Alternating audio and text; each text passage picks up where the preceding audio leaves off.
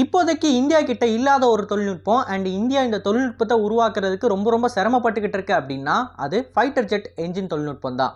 இந்த என்ஜின் தொழில்நுட்பத்தில் நம்ம என்னதான் நிறையவே ரீசர்ச் பண்ணாலும் ஒரு ப்ராப்பரான என்ஜின் அப்படின்னு சொல்லி நம்ம உருவாக்கி நம்மளோட போர் விமானங்களில் அதை இன்டெக்ட் பண்ணலை.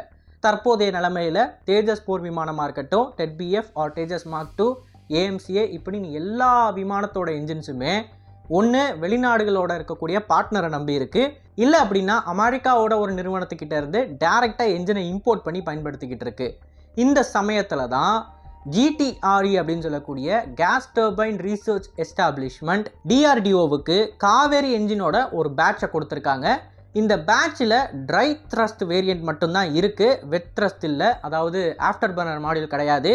இப்போ இந்த குறிப்பிட்ட என்ஜின்ஸ் DRDOவுக்கு போகிறதுனால DRDO ஒரு குறிப்பிட்ட காரியத்தை பண்ண போகிறாங்க. அண்ட் அந்த காரியம் அப்படின்றது ஃப்யூச்சரில் நம்ம இந்தியாவில் ஜெட் என்ஜின்ஸை உருவாக்குறதுக்கு ரொம்ப உதவிகரமாக இருக்க போகுது. ஸோ இன்றைக்கான காணொலியில் அப்படி இத்தனை என்ஜின்ஸை வாங்கி DRDO என்ன பண்ண போகிறாங்க அண்ட் அதன் மூலமாக எப்படி இந்தியாவில் ஃப்யூச்சரில் ஜெட் என்ஜின்ஸை உருவாக்க போகிறாங்கன்றது தான் தெளிவாக பார்க்க போகிறோம். நான் உங்கள் ஆகாஷ், தமிழ் பொக்கிஷம் வழங்கும் TP டிஃபென்ஸ். ஓகே, சமீபத்திய நிலைமையில் இந்தியாவோட இந்த காவேரி என்ஜினோட சிச்சுவேஷன் என்ன அப்படின்னு கேட்டிங்கன்னா, காவேரி நம்மளோட தேஜஸ் போர் விமானத்துக்கு போதுமான அளவுக்கு த்ரஸ்ட்டை கொடுக்க முடியலை. இப்போதைக்கு காவேரியில் வெறும் ட்ரை த்ரஸ்ட் மாடியூல் மட்டும்தான் இருக்குது, வெட் த்ரஸ்ட் மாடியூல் அதில் இன்னும் ஆட் பண்ணலை. வெட் த்ரஸ்ட் அப்படின்னா ஆஃப்டர் பர்னரை பயன்படுத்தக்கூடிய அந்த மாடியூல். இப்போ ஆஃப்டர் பர்னர் இல்லாமல் 48 கிலோ நியூட்டனுக்கும் கீழே தான் த்ரஸ்ட்டை ப்ரொடியூஸ் பண்ணிக்கிட்டு இருக்குது. நம்மள நிறைய பேருக்கு தெரியும் F404 அப்படின்னு சொல்லக்கூடிய இந்த என்ஜின் அமெரிக்கா கிட்டேருந்து நம்ம வாங்கிக்கிட்டு இருக்கோம் இல்லையா. இந்த என்ஜினோட பேஸ் வேரியண்ட்டே 48 கிலோ நியூட்டன் த்ரஸ்ட்டை ப்ரொடியூஸ் பண்ணுது. ஆஃப்டர் பர்னரின் மூலமாக 78 கிலோ நியூட்டன் த்ரஸ்ட்டை ப்ரொடியூஸ் பண்ணுது, இதோட பேஸ் வேரியண்ட்டு. பட் தேஜஸ் அப்படின்னு சொல்லக்கூடியதில் அதை கொஞ்சம் மாடிஃபை பண்ணி தான் போட்டிருக்காங்க. அதன் காரணமாக 83 கிலோ நியூட்டன் வரைக்கும் ஆஃப்டர் பர்னரில் த்ரஸ்ட்டை ப்ரொடியூஸ் பண்ணுது இதே F404 என்ஜின்னு. பட் காவேரியோட நிலைமை என்ன அப்படின்னு பார்த்தீங்கன்னா, காவேரியில் இப்போதைக்கு நம்ம இந்த வெட் த்ரஸ்ட் மாடியூலை போட்டாலுமே ஃபுல் ஆஃப்டர் பர்னரில் 73 கிலோ நியூட்டனை மட்டும்தான் ப்ரொடியூஸ் பண்ணும். ஸோ 73 எங்கே இருக்குது, 83 எங்கே இருக்குது? இந்த 10 கிலோ நியூட்டன் வந்து த்ரஸ்ட்டு கம்மியாகிறதுன்னு காரணமாக விமானத்தோட ரேஞ்ச் பாதிப்படையுது, விமானத்தோட வேகம் பாதிப்படையுது. இதன் காரணமாக தான் இந்திய விமானப்படை காவேரி என்ஜின் பொருத்தப்பட்ட விமானங்களை, அதாவது தேஜஸ் போர் விமானத்தை வாங்க மறுத்தாங்க. இப்போது இப்படிப்பட்ட சமயத்தில் நம்மக்கிட்ட ஒரு என்ஜின் இருக்குது, ஆனால் அந்த என்ஜின் வந்து வேலை செய்யலை. ஸோ அமெரிக்க என்ஜின்ஸை பயன்படுத்தி நம்ம தேஜஸ் போர் விமானத்தை உருவாக்கிக்கிட்டு இருக்கோம். இப்போ மறுபடியும் நம்ம கவர்மெண்ட்டுக்கிட்ட போய், இல்லை எங்களால் என்ஜின்ஸை உருவாக்க முடியும், நீங்கள் எந்த ஒரு வெளிநாட்டு நிறுவனங்கள் கூடயும் டைஅப் வச்சோ இல்லை பார்ட்னர்ஷிப் வச்சோ என்ஜினை உள்ளே கொண்டு வர வேணாம் அப்படின்னு சொன்னோம்னா கவர்மெண்ட்டு கேட்பாங்களா? கண்டிப்பாக யாராக இருந்தாலும் கேட்க மாட்டாங்க இல்லையா. ஸோ இப்போதைக்கு கவர்மெண்ட்டை கன்வின்ஸ் பண்ணுறதுக்கு DRDOவுக்கு ஒரு துருப்புச்சீட்டு தேவைப்படுது. அந்த துருப்புச்சீட்டு தான் கடைசியாக கிடச்சிருக்கிற இந்த பேட்ச் ஆஃப் என்ஜின்ஸ்.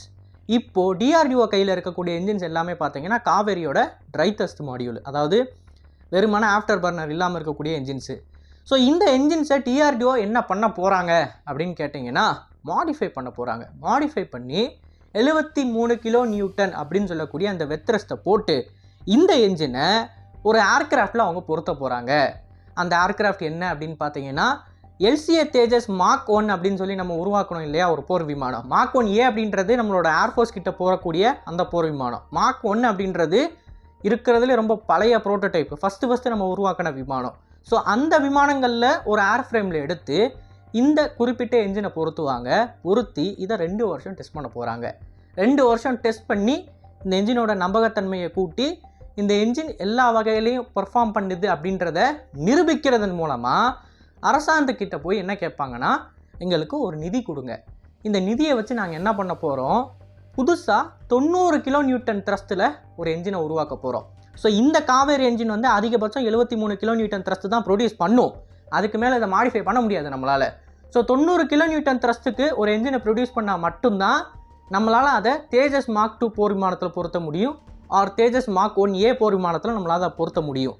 ஸோ அதன் காரணமாக இந்த குறிப்பிட்ட என்ஜின் நல்லா வேலை செய்யுது அப்படின்றத ஒரு பழைய தேஜஸ் மார்க் 1 விமானத்தோட ஏர்ஃப்ரேம்லேருந்து டெஸ்ட் பண்ணி கவர்மெண்ட்டுக்கிட்ட ப்ரூவ் பண்ணி அவங்க பட்ஜெட்டை வாங்குறதன் மூலமாக, அதாவது லாபி பண்ணணும் பேசிக்காக, அப்படி லாபி பண்ணி பட்ஜெட்டை வாங்குறதன் மூலமாக புதுசாக ஒரு என்ஜினை உருவாக்குவாங்க. அண்ட் அந்த என்ஜினோட த்ரஸ்ட் அப்படின்னு சொல்லக்கூடியது வெட்டில் 90 கிலோ நியூட்டனாக இருக்கும்.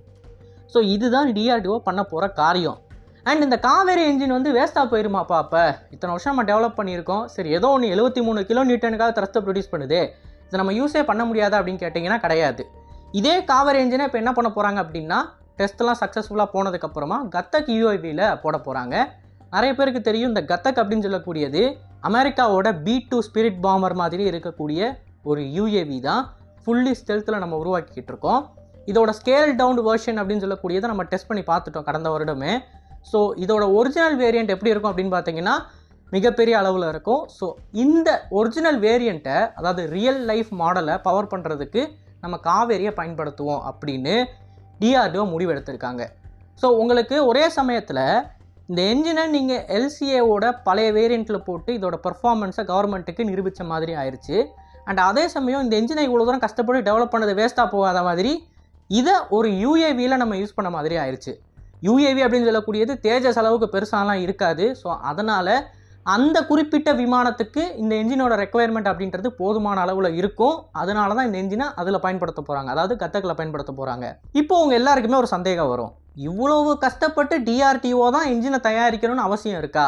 ஏன் வெளிநாடு கம்பெனி கூட பார்ட்னர்ஷிப் வச்சு அதன் மூலமாக ஒரு என்ஜினை தயாரித்து அந்த என்ஜினை நம்ம உள்நாட்டில் உற்பத்தி பண்ணுறதுல எந்த விதமான பிரச்சனையும் நம்ம கிடையாது.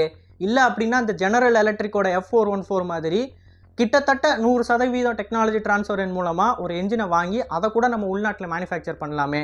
ஏன் வெறுமான டிஆர்டிஓ தான் என்ஜினை உருவாக்கணும்னு சொல்லி நினச்சிக்கிட்டு இருக்கோம் அப்படின்னு கேட்டிங்கன்னா, அதுக்கு பின்னாடி ஒரு முக்கியமான மேட்டர் இருக்குது.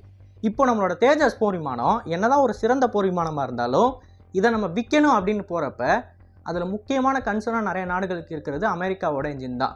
அமெரிக்காவோட என்ஜின் திறனின் மேலே அவங்க நம்பிக்கை இல்லாமல் கிடையாது. அந்த என்ஜின் வந்து சூப்பராக பர்ஃபார்ம் பண்ணக்கூடியது, நல்ல ரிலையபிளான என்ஜின். ஆனால் அமெரிக்கா மேலே யாருக்கும் நம்பிக்கை இல்லை. ஆஸ் அ கண்ட்ரியாக அது மேலே யாருக்கும் நம்பிக்கை இல்லை. பட் ஆஸ் அ டெக்னாலஜியாக அது உண்மையிலே நல்ல டெக்னாலஜி தான்.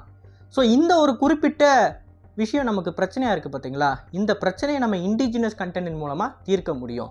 அது கூடவே இன்னொரு முக்கியமான பாயிண்ட் இருக்குது.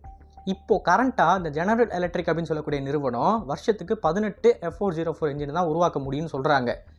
இதை வந்து அவங்க இன்க்ரீஸ் பண்ணணும்.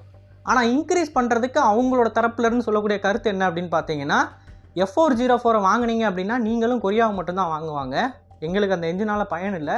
ஸோ அதோட ப்ரொடக்ஷன் லைனை இன்க்ரீஸ் பண்ணுறதுனால எங்களுக்கு லாஸ் தான் அப்படின்னு அந்த குறிப்பிட்ட தனியார் நிறுவனம் சொல்லிக்கிட்டு இருக்காங்க. இவங்க 15 என்ஜின் தான் தயாரிச்சுக்கிட்டு இருக்காங்க. அப்படின்றப்ப நம்ம ஒரு வருஷத்துக்கு 28 ஏர்ஃப்ரேமை 2025 வெளியிட்டோம் அப்படின்னா அதனால் எந்த பயனும் கிடையாது. ஏன்னா ஏர்ஃப்ரேம் மட்டும் இருக்கும், என்ஜின் இல்லாமல். ஸோ இப்படி ஒரு கண்ட்ரி கிட்ட போய் நம்ம லாக் ஆகிருக்கோம் பார்த்தீங்களா? இந்த மாதிரி ஃப்யூச்சரில் நம்ம யாருக்கிட்டையும் லாக் ஆகாமல் இருக்கிறதுக்கு தான் எவ்வளோ செலவானாலும் பரவாயில்ல, காலதாமதம் ஆனாலும் பரவாயில்ல, டிஆர்டிஓ என்ஜினை தயாரிக்கணும் அப்படின்னு நம்ம முனைப்பாக இருக்கோம். இதுதான் முக்கியமான மேட்ரு. ஆனால் அப்படியே நம்ம முனைப்பு காட்டினாலும் டிஆர்டிஓ ஏற்கனவே தயாரிச்சிருக்கக்கூடிய இந்த காவேரி என்ஜினை ப்ரூவ் பண்ணால் மட்டும்தான் ஃபர்தராக என்ஜின் டெக்னாலஜிக்கு டிஆர்டிஓக்கு ஃபண்ட்ஸ் கிடைக்கும். அப்படி கிடைக்க வைக்கணும்னா இப்போது போயிருக்க அந்த ஒரு பேட்சை அவங்க ஃபுல்லி மாடிஃபை பண்ணி பழைய தேஜஸோட ஏர்ஃப்ரேமில் போட்டு சக்ஸஸ்ஃபுல்லாக டெஸ்ட் பண்ணி காட்டணும். அதுவும் 2 வருஷத்துக்குள்ளே நடக்கணும். இதெல்லாம் சரியாக நடந்துச்சு அப்படின்னா கண்டிப்பாக ஃப்யூச்சரில் இந்தியா 90 கிலோ நியூட்டன் அப்படின்னு சொல்லக்கூடிய த்ரஸ்ட் கேட்டகரியில் ஒரு என்ஜினை உருவாக்கும். அண்ட் அந்த என்ஜின் என்ன பண்ணும் அப்படின்னு பார்த்தீங்கன்னா, இப்போ இந்த F404 என்ஜினை வாங்கி நம்ம தேஜஸ் விமானத்தை உருவாக்கிக்கிட்டு இருக்கோம்ல, இப்போ இந்த விமானத்தை நம்ம உருவாக்கி முடிச்சுட்டு அதை நம்ம பயன்பாட்டுக்குள்ளே கொண்டு போகிறோம் அப்படின்னா எப்படியும் ஒரு சில வருஷங்களில் அதில் இருக்கக்கூடிய என்ஜினை மாற்றுற மாதிரி வரும். ஒரு 5-6 வருஷத்தில் நம்ம திருப்பி ஏற்கனவே உருவாக்கி இருக்கிற அந்த விமானத்தில் இருக்கிற என்ஜின்ஸை மாற்றணும். அப்படி மாற்றுறப்ப டிஆர்டிஓ என்ன சொல்கிறாங்க, அந்த டைமில் இந்த 90 கிலோ நியூட்டன் என்ஜின் வந்து உருவாகிருக்கும். ஸோ இதை வந்து நீங்கள் தேஜஸ் மாக்கோனியில் பொருத்திக்கலாம். அதாவது இப்போதைக்கு கரண்ட்டாக இருக்கக்கூடிய F404ஓட மேக்ஸிமம் த்ரஸ்ட்டு 83 கிலோ நியூட்டன் தான் வெத் த்ரஸ்ட்டு. ஆனால் இந்த வெத் த்ரஸ்ட்டை கம்பேர் பண்ணுறப்ப 90 கிலோ நியூட்டன் அப்படின்னு சொல்லக்கூடியது கொஞ்சம் அதிகமாக இருக்குது. ஸோ உங்களுக்கு விமானத்தோட என்ஜின் பர்ஃபார்மன்ஸும் இன்க்ரீஸ் ஆகும். அண்ட் அமெரிக்கா கிட்ட நம்பி இருக்காமல் நம்ம உள்நாட்டில் என்ஜினை உருவாக்கலாம்னு சொல்லி டிஆர்டிஓ பிச் பண்ணுறாங்க. பட் இந்த குறிப்பிட்ட பிச் அப்படின்னு சொல்லக்கூடியது ரொம்ப ரொம்ப ஆம்பிஷியஸான ஒரு ப்ராஜெக்ட்டு. இது எப்படி போகுது அப்படின்றத நம்ம பொறுத்திருந்து தான் பார்க்கணும். பட் டிஆர்டிஓ அப்படின்னு சொல்லக்கூடிய இந்த நிறுவனம் நிறையவே அட்வான்ஸ்டான தொழில்நுட்பத்தை உருவாக்கியிருக்கு, நிறையவே இம்பார்ட்டன்ட் மெக்கானிசம்ஸை டிசைன் பண்ணியிருக்காங்க. இவங்களோட ஸ்கில்லில் எந்த விதமான சந்தேகமும் கிடையாது. ஆனால் ரைட்டான டைமில் டெலிவர் பண்ண முடியுமா அப்படின்றது தான் இது வரைக்கும் டிஆர்டிஓ கிட்ட இருந்த பிரச்சனை.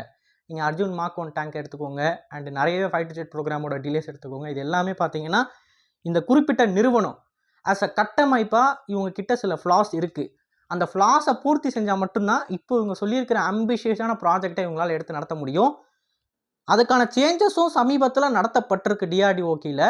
அதில் இருக்கக்கூடிய சில முக்கியமான அதிகாரிகளுக்கு ஒர்க்குனா இப்படி தான் இருக்கணும், இந்த டைமுக்குள்ளே முடிக்கணும் அப்படின்னு சொல்லி இப்போது சில மாற்றங்கள்லாம் கொண்டு வந்துக்கிட்டு இருக்காங்க. பட் அந்த மாற்றங்கள் சரியாக நடந்திருக்கா இல்லையான்றதை இந்த என்ஜினை இவங்க தயாரிக்கிறது மூலமாக நம்ம தெரிஞ்சுக்கலாம். ஸோ இன்றைக்கான காணொலியை பற்றி நீங்கள் என்ன நினைக்கிறீங்க அப்படின்னு மறக்காமல் கமிஷனில் பதிவு விடுங்க. அண்ட் இது போல் நிறைய தகவல்கள் தெரிஞ்சுக்கொள்ள டிபி டிஃபென்ஸ் பேஜை ஃபாலோ பண்ணிக்கோங்க. நல்லதை இப்போ நல்ல சமுதாயத்தை உருவாக்கும். நன்றி, வணக்கம்.